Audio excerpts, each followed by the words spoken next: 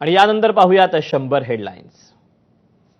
उपमुख्यमंत्री अजित पवार देखील आज सातारा जिल्ह्याच्या दौऱ्यावर शाहीर साबळे यांच्या स्मारकाच्या भूमिपूजनासाठी पसरणी इथे येणार। यानंतर पसरणी गावात त्यांची सभा पार पडेल। फलटणमधील डॉक्टर महिलेच्या आत्महत्या प्रकरणातील मुख्य आरोपी निलंबित पीएसआय गोपाळ बदने फलटण पोलीस ठाण्यात हजर।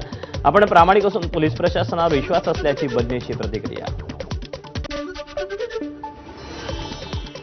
फलटण येथील उपजिल्हा रुग्णालयातील डॉक्टर महिलेच्या आत्महत्या प्रकरणातील आरोपी प्रशांत बनकरला 28 तारखेपर्यंत पोलीस कोठडी। प्रशांत बनकरवर आत्महत्या केलेल्या डॉक्टर महिलेनं शारीरिक आणि मानसिक छळाचे आरोप केले। फलटणमधील प्रकरण गंभीर असून कोणालाही सोडणार नाही। जे कोणी सहभागी आहे त्यांना कठोरात कठोर शिक्षा दिली जाईल। मुख्यमंत्री फडणवीसांचं आश्वासन।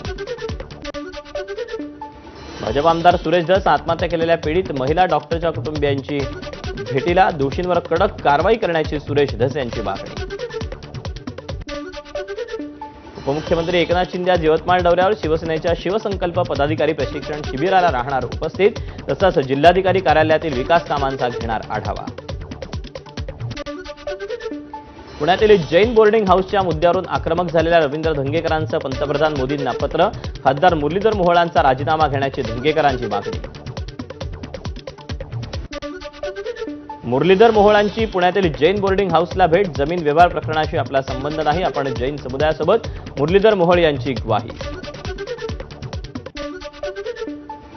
महाराष्ट्रातील डावे पक्ष महाविकास आघाडीचे घटक पक्ष असून 1 नोव्हेंबरच्या मोर्चात मोठ्या संख्येनं सहभागी होणार। सदोष मतदार याद्या दुरुस्त करून अद्ययावत केल्याशिवाय स्थानिक स्वराज्य संस्थांच्या निवडणुका घेऊ नका या मागणीसाठी मवी आणि मनसेचा मोर्चा। बडतर्फ पीएसआय रणजित कासलेच्या साथीदाराला गुजरात पोलिसांकडून बीडमधून अटक। रणजित कासलेला चोरीच्या गुन्ह्यात गुजरात पोलिसांनी अटक केली होती। भंडारा गोंदियातील स्थानिक स्वराज्य संस्थेच्या निवडणुकांमध्ये भाजपनं स्वबळाची तयारी सुरू केल्याची भाजप आमदार परिणय फुके यांची माहिती। भाजप खुल्या वर्गातील 80% जागांवर ओबीसी उमेदवार देणार असल्याचं परिणय फुकेंचं वक्तव्य। जतमधील राजाराम बापू पाटील साखर कारखान्याच्या गळीत हंगामाचा आजपासून शुभारंभ।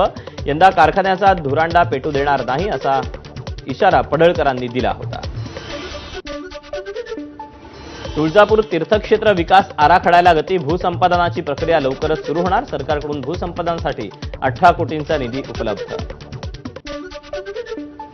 धाराशिव शहरातील 17 कोटींच्या रस्त्यांच्या कामांना मंजुरी। नगर परिषद निवडणुकीपूर्वी महायुती सरकारचा मोठा निर्णय। नागपुरात अल्पवयीन मुलीवर अत्याचाराची घटना। आरोपींनी अत्याचार करतानाचे व्हिडिओ काढले, तसंच कुणाला सांगितल्यास व्हिडिओ व्हायरल करून जेवे मारण्याची धमकीही दिली। विनापरवानगी फलक लावल्याप्रकरणी शिंदेंच्या शिवसेनेचे विक्रम नांगरेंवर नाशिकच्या सरकारवाडा पोलीस ठाण्यात गुन्हा दाखल। त्यानंतर विक्रम नांगरेंनी महापालिका आणि नाशिक पोलिसांची माफी मागितली।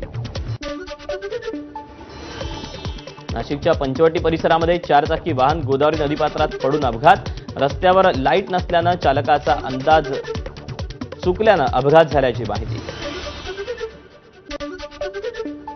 इंदापूर बस स्थानकात मध्यरात्री एसटीला आग। काही क्षणात एसटी जळून खाक।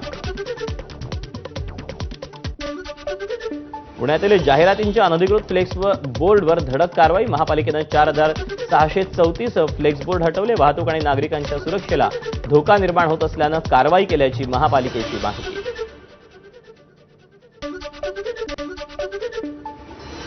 पुण्यात वाहतुकीचे नियम मोडणाऱ्यांवर 5 महिन्यात 13,000हून अधिक चालकांवर दंडात्मक कारवाई। हेल्मेट न घालणं, मोबाईलवर बोलत वाहन चालवणं, सीटबेल्ट न वापरणं, वेगानं वाहन चालवणं अशा नियमांवर बोट ठेवत नियम भंग करणाऱ्यांवर कारवाई। नाशिकमध्ये पुढील 2 दिवस हलक्या पावसाचा अंदाज। नाशिकसह बागलाण, मालेगाव, चांदवड, दिंडोरी, इगतपुरी तालुक्यात कालपासून पावसाची हजेरी। मनमाड परिसराला रात्री पावसानं झोडपलं। पांझण आणि रामगुळणा नदीला पूर। नदीकाठच्या गवळी वाड्यातील काही घरांमध्येही पाणी शिरलं। नाशिकच्या चांदवड परिसरात रात्रभर मुसळधार पावसाची हजेरी। नवीन कांदा लागवड केलेलं क्षेत्र पूर्णपणे पाण्याखाली। परतीच्या पावसामुळे कोकणातल्या भात उत्पादकांची गणितं बिघडली। भात कापणीच्या कामात खंड, शिवाय पावसामुळे तयार झालेल्या पिकांचंही नुकसान। भंडारा जिल्ह्यात 2 दिवसांपासून परतीच्या पावसाची हजेरी। कापणी करून ठेवलेल्या भात पिकाचं मोठं नुकसान. सततच्या वातावरण बदलाचा कोकणातील भात शेतीवर परिणाम. परतीच्या पावसामुळे भात उत्पादक शेतकरी अडचणीत.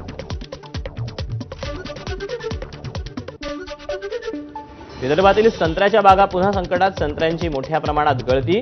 उत्पादन खर्चही निघत नसल्यानं संत्रा उत्पादक शेतकरी हवालदिल. रब्बी हंगामातील धान पिकाच्या 124 कोटींच्या चुकाऱ्यांची अद्यापही प्रतीक्षा. तर बीम पोल्टरच्या तांत्रिक अडचणीमुळे शेतकरी बोनसपासून वंचित. मुंबईत यंदा दिवाळीत पावसानं हजेरी लावल्यानं वाढलेल्या हवेचं प्रदूषण कमी. सर्वत्र हवेची गुणवत्ता सुधारली. साताऱ्यातील कास तलावात नगरपालिकेच्या वतीनं नव्यानं नौका विहार. राज्याचे सार्वजनिक बांधकाम मंत्री शिवेंद्रराजे भोसले यांच्या हस्ते नौका विहाराचा शुभारंभ.